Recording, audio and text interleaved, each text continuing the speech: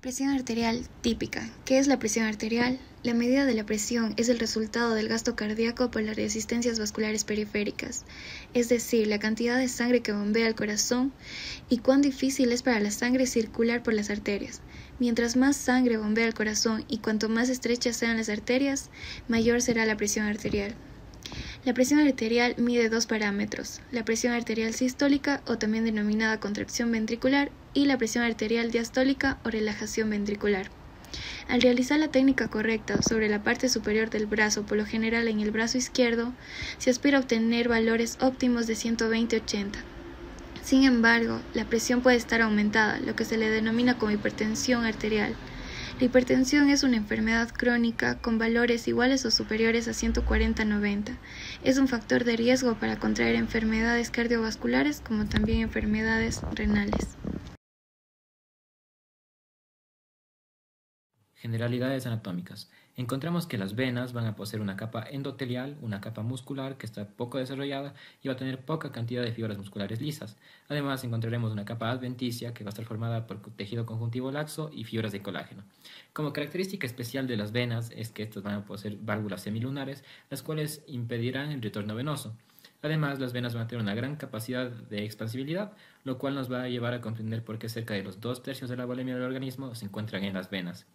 Ahora, las arterias van a estar conformadas por una túnica íntima, por una túnica media que va a poseer músculo liso en anillos concéntricos y gran cantidad de fibras elásticas, y una túnica externa que va a estar conformada por tejido arterial del brazo. La arteria subclavia va a originar a la arteria axilar cuando llega al margen lateral de la primera costilla. Esta arteria axilar, debajo del borde anterior del músculo redondo mayor, va a pasar a convertirse en arteria braquial. Esta arteria braquial, a medida desciende, cuando llega cerca de 1 a 2 centímetros debajo del pliegue del brazo, pasará a convertirse en la arteria radial y la arteria cubital. Estas dos arterias van a conformar los arcos palmares superficiales y profundos, y estas asimismo formarán el brazo. Estará dividida principalmente en dos partes. Una parte profunda, la cual está conformada por la vena radial, vena cubital, braquial, axilar, subclavia y brachiocefálica. Por otro lado, la anatomía superficial está conformada por la vena cefálica, la cual tiene un origen en la cara dorsal de la mano y viaja lateral al antebrazo y brazo hasta la zona delto pectoral, en donde se une a la vena axilar y luego a la vena subclavia.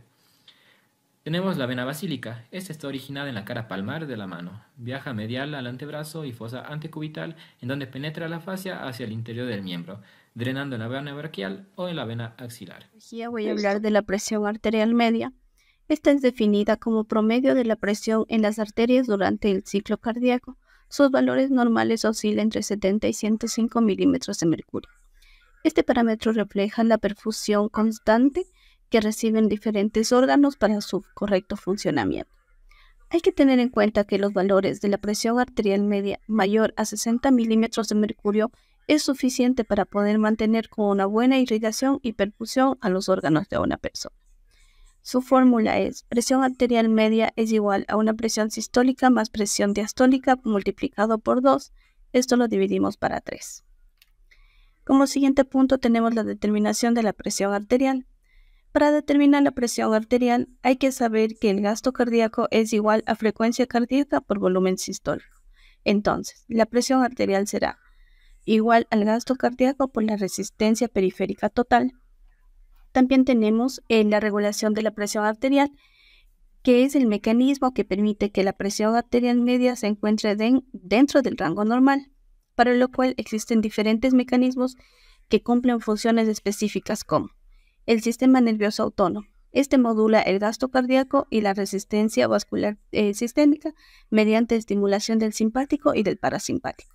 También tenemos el reflejo barorreceptor, que es un mecanismo rápido que ajusta la presión arterial media cuando hay cambios en la presión arterial. Y el sistema renina-angiotensina-aldosterona, que este va a ayudar a la regulación del volumen sanguíneo y la vasoconstricción. Listo. En cuanto a la fisiología de la presión arterial, va a presentar 4 tipos de presión arterial, que es la presión arterial sistólica, la presión arterial diastólica, la presión del pulso y la presión arterial media. Primeramente, les voy a mencionar sobre la presión arterial sistólica, la cual esta es la presión arterial más elevada medida durante un ciclo cardíaco. Esto a su vez también es la presión en la arteria después de que la sangre ha sido expulsada desde el ventrículo izquierdo hacia el sistema arterial. Y esto va a ocurrir durante la contracción. Su valor normal va a ser de 100 a 120 milímetros de mercurio. En cuanto a la presión arterial diastólica, esta va a ser la presión más baja medida durante un ciclo cardíaco.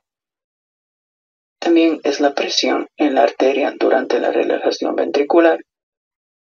Esto quiere decir que en el corazón no se va a impulsar la sangre desde el ventrículo izquierdo, sino que la sangre va a regresar al corazón a través de las venas.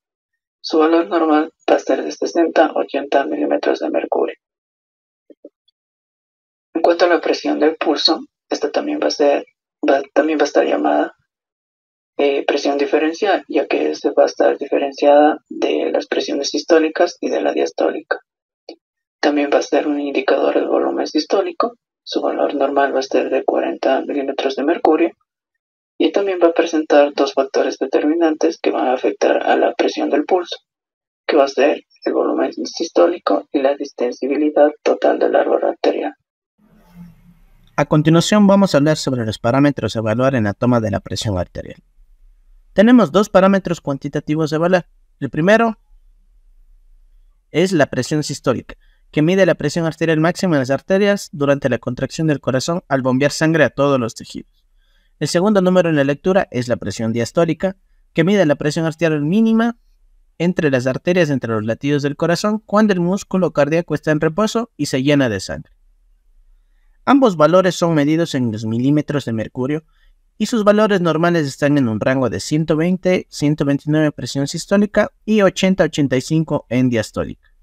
Una presión de 130-139 sistólica y 85-89 diastólica es considerada como normal, alta y debe ser evaluada. Toda presión por encima de los 139 sistólica y 90 diastólica se considera como hipertensión arterial y que se puede clasificar en diferentes tipos de grados y debe ser tratada lo más pronto posible por un personal de la salud. Respecto a las condiciones del equipo, el esfigomanómetro manual y el manómetro de mercurio deben ser calibrados de forma correcta. La longitud de la funda del manguito debe ser lo suficiente para envolver el brazo y cerrarse con facilidad. Aquí debemos tener en cuenta que las cámaras o los manguitos inadecuadamente pequeños tienden a sobreestimar la presión arterial. De igual manera se deben retirar las prendas gruesas y evitar que se enrollen para que no compriman el brazo, y al colocar el borde inferior del brazalete, este debe ser a 2 o 3 centímetros por encima del pliegue del codo para poder palpar la arteria braquial y después colocar la campana de estetoscopio en ese nivel. Para la toma de la presión arterial se debe desinflar a una velocidad de 2 a 3 milímetros de mercurio por segundo y debemos usar el primer oído de Korokov para identificar la cifra de presión arterial sistólica y el quinto oído para la presión arterial diastólica.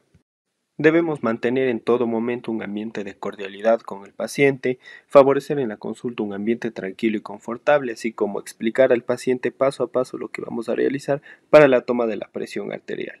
Recordar que el manómetro de la columna de mercurio debe estar a menos de 30 centímetros y en línea recta nuestra línea de visión en todo momento, y al final se debe comunicar al paciente su lectura de la presión arterial y explicarle el significado de los valores que se obtuvieron. Para una correcta toma de la presión arterial debemos iniciar con un interrogatorio que nos dé toda la información que puede ser precisa para evaluar. Además, la capacidad de identificar los valores reales en el momento de la aplicación de la técnica con el objetivo de una toma óptima de la presión arterial. Se puede dividir la técnica en tres aspectos: condiciones del paciente, condiciones del equipo y condiciones del observador. A continuación describiremos cada una de ellas. Condiciones del paciente. El paciente debe evitar el consumo de cafeína y tabaco 30 minutos previo a la toma de la presión arterial, y si toma algún fármaco antihipertensivo debemos esperar que pase un momento. Se debe encontrar relajado y en reposo por lo menos 5 minutos antes de la toma. El paciente se debe encontrar sentado con la espalda recta y apoyado en un espaldar. El brazo izquierdo debe estar descubierto y apoyado a la altura del corazón. Las piernas no deben estar cruzadas y los pies apoyados cómodamente en el suelo. Debe estar relajado mentalmente para reducir la ansiedad y la expectación por pruebas diagnósticas, proporcionando un ambiente tranquilo. ¿Cuáles son las complicaciones de tener una mala técnica en la toma de la presión arterial? Principalmente vamos a tener un diagnóstico erróneo, ya sea para la hipertensión o para la hipotensión.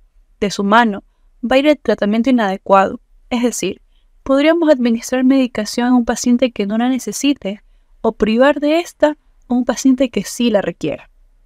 Un mal diagnóstico y un mal tratamiento podría aumentar el riesgo cardiovascular del paciente, haciéndolo más propenso a sufrir ataques cardíacos o accidentes cerebrovasculares. Además, recordemos que en las mujeres embarazadas, tener una técnica adecuada es crucial para poder detectar a tiempo una preeclampsia. Por lo tanto, es esencial tomar la presión arterial de una manera precisa y en las condiciones adecuadas, para así garantizar una correcta evaluación de la salud del paciente. Existen diferencias en los tamaños de los brazaletes.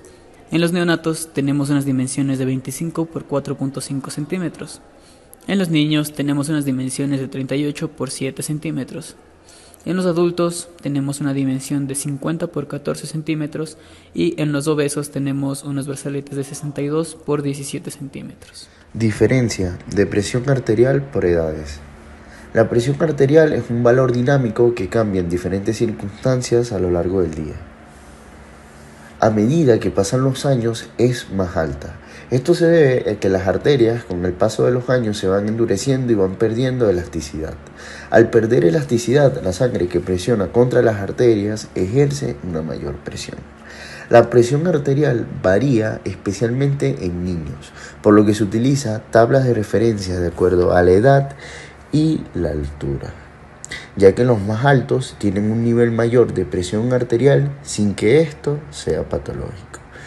La diferencia de presión arterial por edades lo vamos a clasificar en niños menores de 6 años que deben tener valores por debajo de los 116-76 milímetros de mercurio, entre los 7 y 10 años valores por debajo de 122-78 milímetros de mercurio, entre los 14 a 16 años por debajo de los 136 a 86 milímetros de mercurio, en una persona adulta dentro de los 20 a 60 años de edad, valores entre 120 de sistólica y 80 milímetros de mercurio la diastólica. En adultos mayores de 60 años, valores dentro de un rango normal inferior a los 140-90 milímetros de mercurio. Y en mujeres embarazadas, mantener un rango de presión arterial entre los 120 a 130 de sistólica y 70-80 de diastólica.